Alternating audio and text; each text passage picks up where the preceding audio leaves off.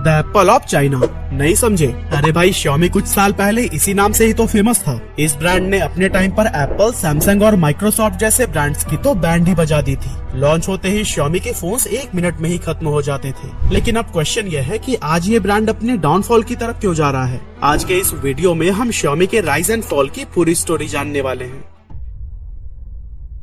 तो दोस्तों, 2014 से पहले तक Xiaomi चाइनीज मार्केट में तो बेहद पॉपुलर था, लेकिन इंडिया में इसने अभी तक एंट्री नहीं ली थी। यहाँ पे इस ब्रांड के बूम करने का सफर तब शुरू हुआ जब ऑनलाइन फैशन रिटेलर जबोंग के को फाउंडर मनु कुमार जैन फंडिंग के लिए 2013 में चाइना गए। वहाँ बीजिंग में चल रहे एक कॉन्फ्रेंस में मनु की मुलाकात Xiaomi के फाउंडर ली जून से हुई और उन्हें ली के आइडियाज, बिजनेस मॉडल और अफोर्डेबल प्राइस पर हाई क्वालिटी स्मार्टफोन्स बहुत पसंद आए। मनु को लगा कि इंडिया को भी इस तरह के बेहतरीन और अफोर्डेबल फोन्स की जरूरत है, इसीलिए वो कॉन्फ्रेंस के बाद ली जून से मिले और ऑफर दिया कि वो Xiaomi के साथ काम करके उसके ऑपरेशंस को इंडिया में भी एक्सपेंड करना चाहते हैं। इस तरह से कई महीनों की प्लानिंग और डिस्कशन के बाद मनु ने जबोंग को छोड़ दिया और इंडिया में Xiaomi के पहले एम्प्लॉय बने, जिनका मेन पर्पस एक ऐसी टीम बनाना था जो इंडिया में सेल्स, मार्केटिंग और आफ्टर सेल सर्विस को मैनेज कर सके।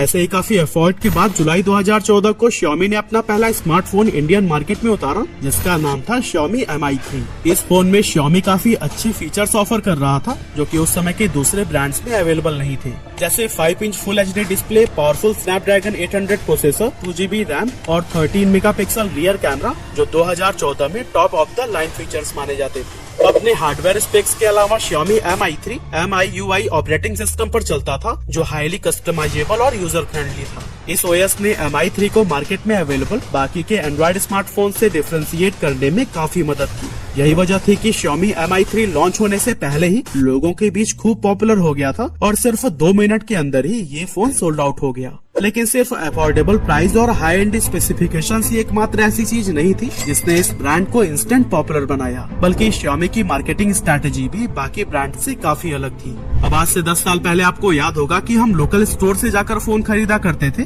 लेकिन आज के टाइम पर आप में से मैक्सिमम लोग अपना फोन ऑनलाइन ही ऑर्डर करते होंगे। अब ये बदलाव सडनली नहीं आया, बल्कि इसकी शुरुआत काफी साल पहले हो चुकी थी और इस बदलाव को सबसे पहले Xiaomi ने ही नोटिस किया था। इसीलिए लोकल ऑफलाइन स्टोर पर अपने फोन को डिस्ट्रीब्यूट करने की जगह उसने ऑनलाइन प्लेटफॉर्म पर फोन्स को लॉन्च करना बेटर समझा और इसके लिए उसने फ्लिपकार्ट से पार्टनरशिप कर ली। इस पार्टनरशिप का कंपनी को भरपूर फायदा मिला, क्योंकि फ्लिपकार्ट एक बहुत बड़े कस्टमर बेस के साथ इंडिया का one of the largest online market place था। इसीलिए यहाँ पर फोन लॉन्च करके Xiaomi काफी आसानी से बहुत बड़ी संख्या में कस्टमर्स को अट्रैक्ट करने में सफल हो गया।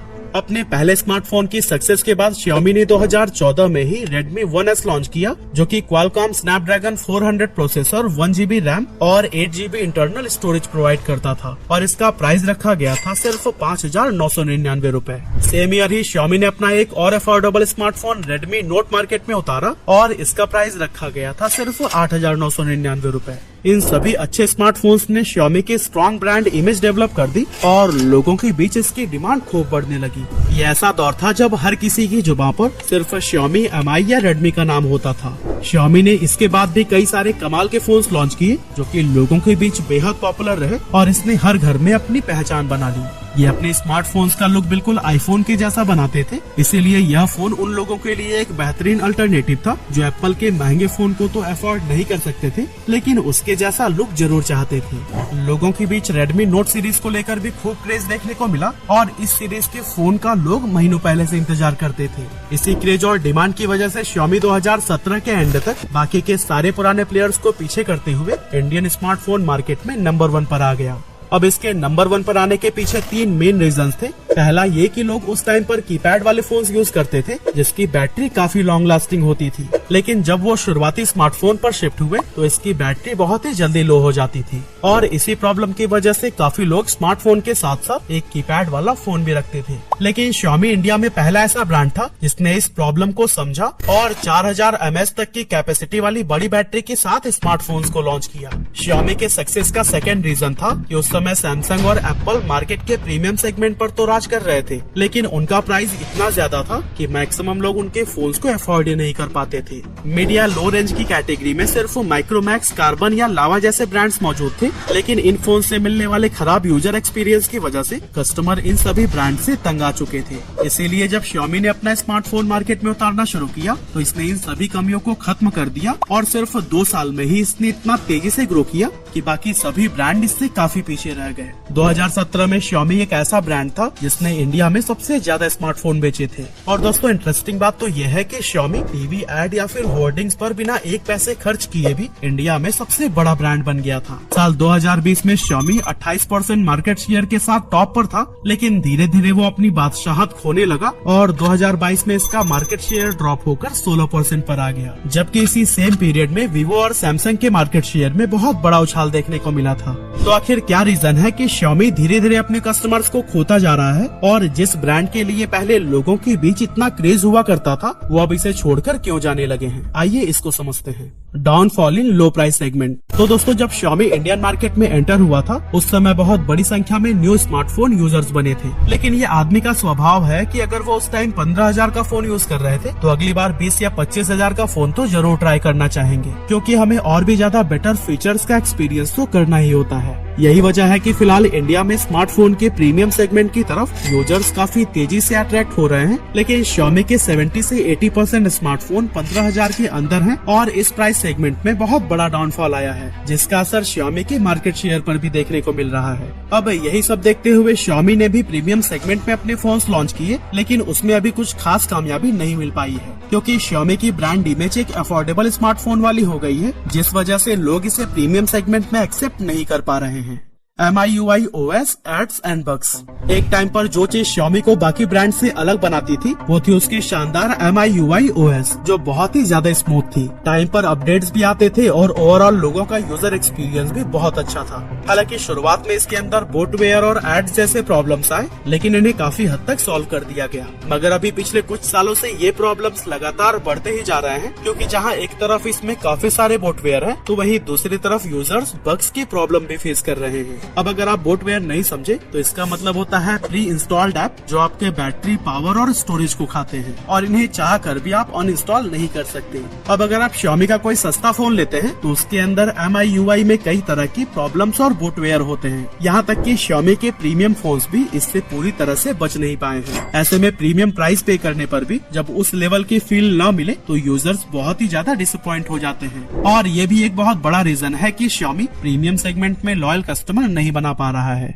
Motherboard and camera issues. पिछले कुछ सालों में Xiaomi के फोन्स में GPS issues, overheating, poor battery life, laggy performance और नेटवर्क कनेक्टिविटी इश्यूज देखने को मिले हैं। Redmi Note 10 Pro और Redmi Note 10 Pro Max के कस्टमर्स ने MIUI 13 अपडेट के बाद कैमरा क्रैशिंग जैसे इश्यू रिपोर्ट किए थे। जब वो फोन के रियर कैमरा को ओपन करते थे तो उन्हें सिर्फ एक ब्लैक स्क्रीन नजर आती थी। इसके अलावा Xiaomi के पोको फोन्स में भी बैटरी बहुत तेजी से खत्म होने, फॉल्टी अपडेट्स और खराब मदरबोर्ड जैसी प्रॉब्लम्स देखने को मिली, जिसके चलते कस्टमर्स इस ब्रांड से दूर होते जा रहे हैं। No hero product. Redmi Note series हमेशा से ही Xiaomi का हीरो प्रोडक्ट था। ऐसे में अगर इस ब्रांड का कोई और फोन ज्यादा पॉपुलर न भी हुआ हो तो कंपनी को कोई खास फर्क नहीं पड़ता था, क्योंकि Redmi Note 3, 4, 5, 6 या फिर और भी इस सीरीज के कई सारे फोन्स इतने पॉपुलर थे कि वो हमेशा से ही डिमांड में रहते थे, जिससे कंपनी की कमाई तो होती ही रहती थी, साथ ही ब्रांड इमेज भी बनी रहती थी। लेकिन अब इस नोट सीरीज का क्रेज भी काफी हद तक कम हो गया है और इसकी वजह है इस सीरीज के फोन्स में आने वाली प्रॉब्लम। साथ ही उसी प्राइस रेंज में अब OnePlus, Vivo या Samsung के फोन्स भी अवेलेबल हैं जो बेहतर यूजर एक्सपीरियंस प्रोवाइड कर रहे हैं। यही वजह है कि पिछले साल Xiaomi की सेल्स काफी डाउन हुई और OnePlus का Nord CE2 smartphone most selling बन गया। की पीपल्स लेफ्ट द कंपनी। दोस्तों जुलाई 2021 में Xiaomi को इंडिया में एस्टेब्लिश करने वाले मनु कुमार जैन चुपचाप बेंगलुरु से दुबई मूव कर गए, जिसके बाद इन्हें मैनेजिंग डायरेक्टर से डायरेक्टर बना दिया गया, मगर बाद में इन्होंने डायरेक्टर के पद से भी इस्तीफा दे दिया। अब इनका कंपनी छोड़कर जाना भी Xiaomi के लिए अच्छा साबित नहीं हुआ, क्योंकि ये शुरुआत से ही हर ऑपरेशंस को काफी अच्छे से समझते थे, साथ ही इंडियन कस्टमर्स के बिहेवियर से भी वे काफी अवेयर थे। इंडिया में मनु Xiaomi का एक फेस बन गए थे, जिस वजह से उनके जाने पर कस्टमर्स काफी डिसअपॉइंट हुए। Vast product line. दोस्तों Xiaomi के डाउनफॉल का एक और रीजन था इसका वास्ट प्रोडक्ट लाइनअप, जो लोगों को कंफ्यूज करने लगा था। Xiaomi लगभग सेम प्राइस रेंज में बहुत सारे फोन्स लॉन्च कर रहा था, जिसकी वजह से लोग Xiaomi के फोन्स को एक दूसरे से डिफरेंशिएट करने में प्रॉब्लम फेस करने लगे और कोई भी स्मार्टफोन एक यूनिक आइडेंटिटी डेवलप नहीं कर पाया। इन्हीं सभी रीजंस की वजह से इंडियन स्मार्टफोन मार्केट का ये किंग आज बहुत तेजी से अपने डाउनफॉल की तरफ बढ़ रहा है। अब Xiaomi मार्केट में फिर से वापसी कर पाएगा या नहीं, ये तो हमें आने वाले वक्त में ही पता चल पाएगा। लेकिन आपका क्या ओपिनियन है, हमें कमेंट में जरूर बताइएगा।